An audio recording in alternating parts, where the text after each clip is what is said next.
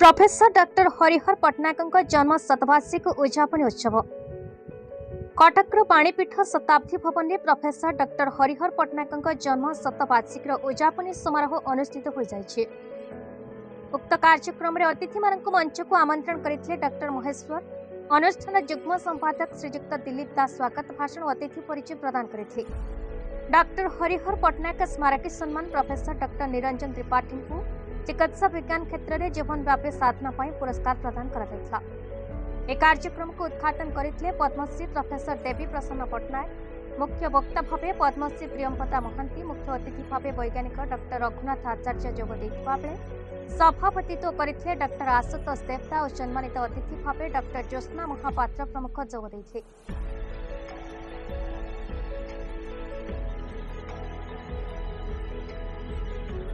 विख्यात आमर बोटानिक जो साइंटिस्ट थिले सी तांकर शतवार्षिक सी जो काम करिसंती आलजी उपरे बहुत काम करिसंती, बाहर को जाय काम करिसंती आ तांकर जो कंट्रीब्यूशन विज्ञान पई बहुत ओडिसा रे हेई सारा दुनिया रे देश बाहर मते तांकर बहुत ना आज तांको काम चारियाडे समस्त फॉलो करूचंती। बहुत स्टूडेंट बहुत तांकर सहयोगी मते तांको फॉलो करूचंती। से बड़ी वैज्ञानिक सेतबळे थिले जार आज शतवार्षिक हेची से बड़ी वैज्ञानिक बार बार आसंतु देश सेवा पे काम करंतु। से मु आज समस्त को कहूँ तांको फॉलो करंतु, तांको पढ़ंतु। वैज्ञानिक विज्ञान कौन पाई? विज्ञान देश सेवा पे। विज्ञान कौन आम पाखे जो अच्छी कामना मैं प्रेयर करके कहूँ धन्यवाद। Thank you. मुझे रघुनाथ आचार्य एमएससी करी 1992 बाबा परमाणु अनुसंधान केन्द्र में गोटे वैज्ञानिक भाव जॉइन करी रिसर्च पाई वैज्ञानिक काम पाई। रामकृष्ण कटेज रही 8 वर्ष सी हूँ मोर कर्मभूमि। तापर मुझे जो काम करुच्ची देश सेवार किपरि परमाणु शक्ति परमाणु हेल्प कर परमाणु ऊर्जा परमाणु जो आप इलेक्ट्रिसिटी मिलूँ ता सहित केमिति हेल्थ केयर स्वास्थ्य पानी आमर कृषि क्षेत्र में खाद्य क्षेत्र में किभली देश सेवार काम कर आम से काम करुचु। मुख्यतः आजिकल स्वास्थ्य रे बहुत बढ़िया हेल्प करुच्ची रेडिएशन तेजस्वी रश्मि अल्फा बीटा गामा सो परमाणु और परमाणु शक्ति देश सेवा पाई बहुत काम करुच्ची।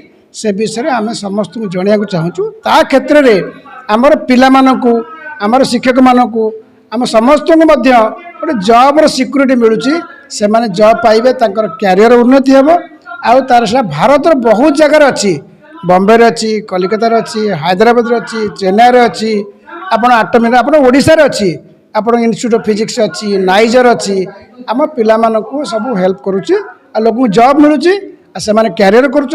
आम मुख्य उद्देश्य है आमको जितेबाला गवर्नमेंट आमको एत सुविधा दूसरी आम देश आम लोकंर भल स्वास्थ्य भल खाद्य भल पानी एभली करिया होची आमर कर्तव्य से आम करिया को चाहूँ। थैंक यू धन्यवाद। मु प्रोफेसर डॉक्टर निरंजन त्रिपाठी वरिष्ठ भेषज विज्ञानी मोर बयस 86 वर्ष।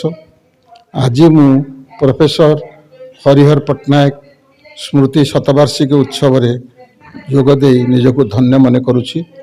प्रोफेसर हरिहर पट्टनायक मोर रेभेन्सा कॉलेज रे आईएससी पढ़िला बेले गुरु थिले। से जने अमायिक लोक थिले एवं से बिलातरू उद्भिद विज्ञान रे पीएचडी कर सारला परे एवं अलाहाबाद उद्भिद विज्ञान रे एमएससी कर सारला परे रेभेन्सा कॉलेज रे अध्यापक भाव नियुक्ति पाइथिले।